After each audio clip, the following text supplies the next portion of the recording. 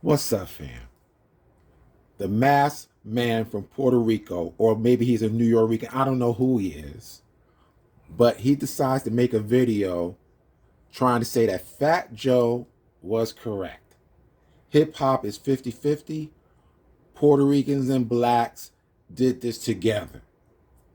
Who that sound like? We all know who that sound like. But he makes a video that is so simplistic and is lacking any depth into what he's talking about.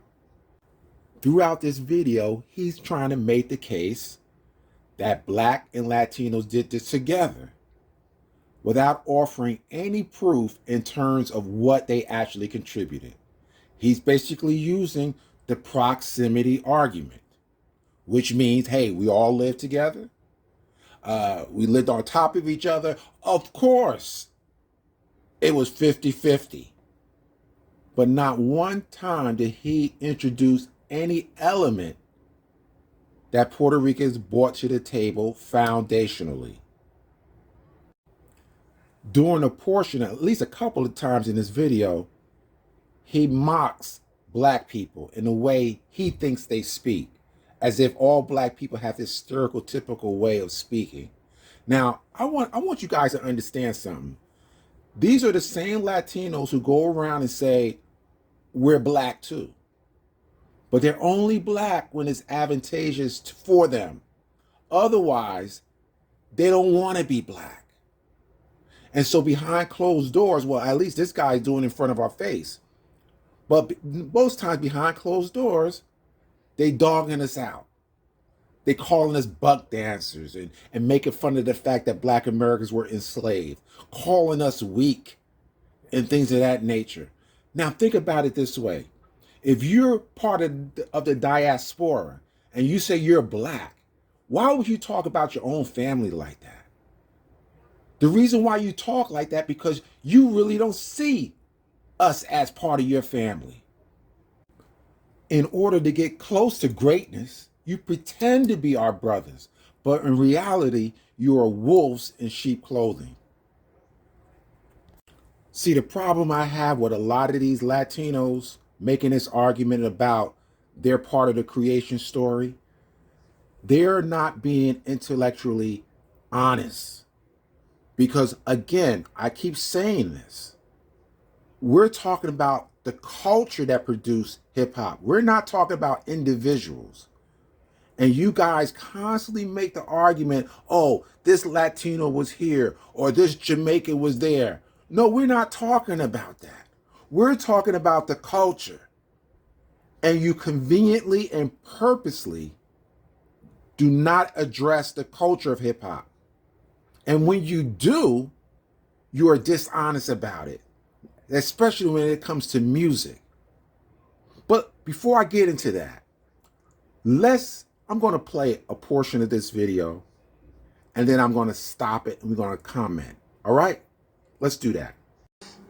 In this video, we're going to be discussing something that's been pretty much laid to rest now. I don't know why, but a couple months ago, it was kind of a hot issue about the presence of Hispanics in the creation of hip hop music, hip hop as we know it today. I don't know where that comes from. This shit was weird, but the thing that bothers me the most is it don't seem like anybody stood up for Hispanics and their position, and almost looks like that Hispanics accepted defeat in how people rewrote history and tried to say that Hispanics had nothing to do or tried to belittle their role in the creation of hip hop. I'm here to say, man, fuck that. I don't know where that shit comes from, but today that shit stops here.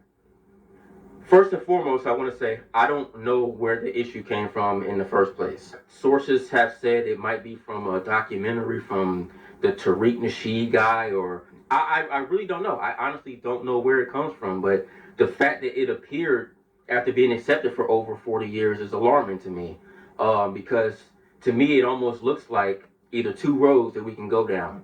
Either you're jealous or you're racist. Which one is it? Are you jealous because Hispanics played a major role and you wanted it to be all black? Or are you racist because Hispanics played a role and you wished it was all black? I mean, you pick your poison, man. Which one is it? Because that's what it's looking like to me. Hispanics, yes, they did play a role in the creation of hip hop. This shit can't be argued. Like, it's a fact. This isn't nothing just up for debate. And then you got black people crying about, man, they always want to be a part of something. People always trying to steal stuff from us. Everybody can't just let black people have stuff. Or man, nobody steal nothing from black folks. Now check this out. Now, if you were black, why would you make fun of black people? Let me show you another example. I'm going to move this forward to give you another example of what I was talking about, how he is mimicking black folks. But these supposed to be our brothers, right? Hold up. To disprove Hispanics' place in the history of hip hop, to me, it's flabbergasting and mind blowing. Let's put this in a judicial setting. You walk into the courtroom and you're trying to prove your case. Your Honor, my client is not guilty of the crime that he is charged with because he simply was at home when it happened. You know how the jury and the judge is going to look at you after you finish pleading that case? Man, take your ass home, boy. Dude, this is a mistrial. Dude, sharpen up on the case and the evidence, and then try it. We'll set another date because right now you coming weak. This is how black folks look when they come up with their weak ass arguments and trying to disprove Hispanics' place in the history and the creation of hip hop. My thing is. So there you have an example of how our brother, our brown brother, how he's disrespectful to black folks. These are the people, again, that claim to be black, claim to be our brothers. But look how disrespectful they are. Now, let me get back into the meat of this discussion. Just what happened. Let's get into the history of this shit before I lose my damn mind. In the late 70s in the Bronx, New York City, it was Italians, blacks, and Hispanics. That's what the Bronx consisted of mainly. And the Italians were racist as shit, so they weren't messing with blacks or Hispanics. They had their own shit going on, which left blacks and Hispanics to politic with each other. Blacks and Hispanics were right there on top of each other, in the same apartment buildings, in the same bodegas, the same corners, the same blocks, living in next door, a floor up, a floor down. Blacks and Hispanics were politicking with each other heavy. This is actually before the late 70s. Let's just go with the 70s period. In impoverished neighborhoods, naturally, unfortunately, gangs arise. And these gangs were either blacks, Hispanics, or black and Hispanics. And they would do what gangs do. Dumb shit like fighting in the streets, random shootouts, fighting over territory, stupid shit like that.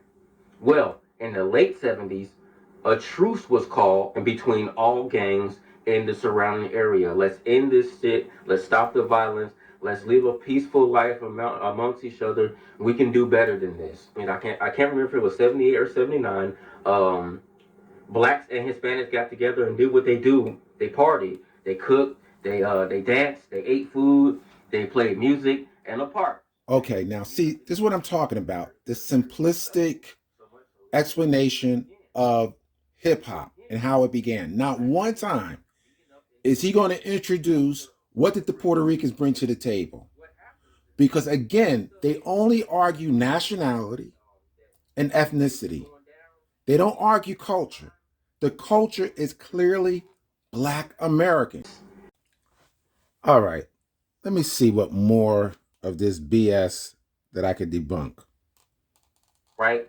This wasn't something that Hispanics was watching from afar, like, oh look, yo, them niggas is over there getting it. Let's go see what this is all about. No, they were right in the thick of it and right in the mix of it.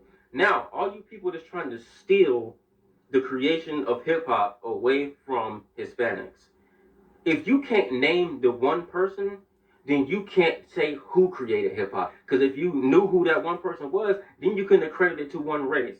Since you can't do that, you don't know. And how come Hispanics are considered hang-arounds but not black folks? We know who created hip hop. All we have to do is look to culture. So this guy is trying to tell us, let's find the one black person that created hip hop. If you can't find them, then you have to share the credit with Latinos. It don't work like that. Because one thing most of you Latinos don't do is examine culture. It comes from Black American culture, and I'm going to prove it. Let's move on. I bet you're wondering, what does a picture of a mother and her baby have to do anything with proving hip hop is Black culture? I hope by using this picture, for our detractors, you will have to confess that it comes from Black culture. Let me explain how. When we come into the world, our mother is our first teacher. She's responsible for giving us culture. And the first way she gives us culture is through speech, language, right? Now, I think we can all admit that Black people have a certain way of speaking that is unique to us. We use certain language that is unique to us, that is traceable to Black culture, unlike most races and nationalities. And when you think about it, the words that are used in the Black household, Black American household, is also the language and the vernacular that is found in what we call street culture.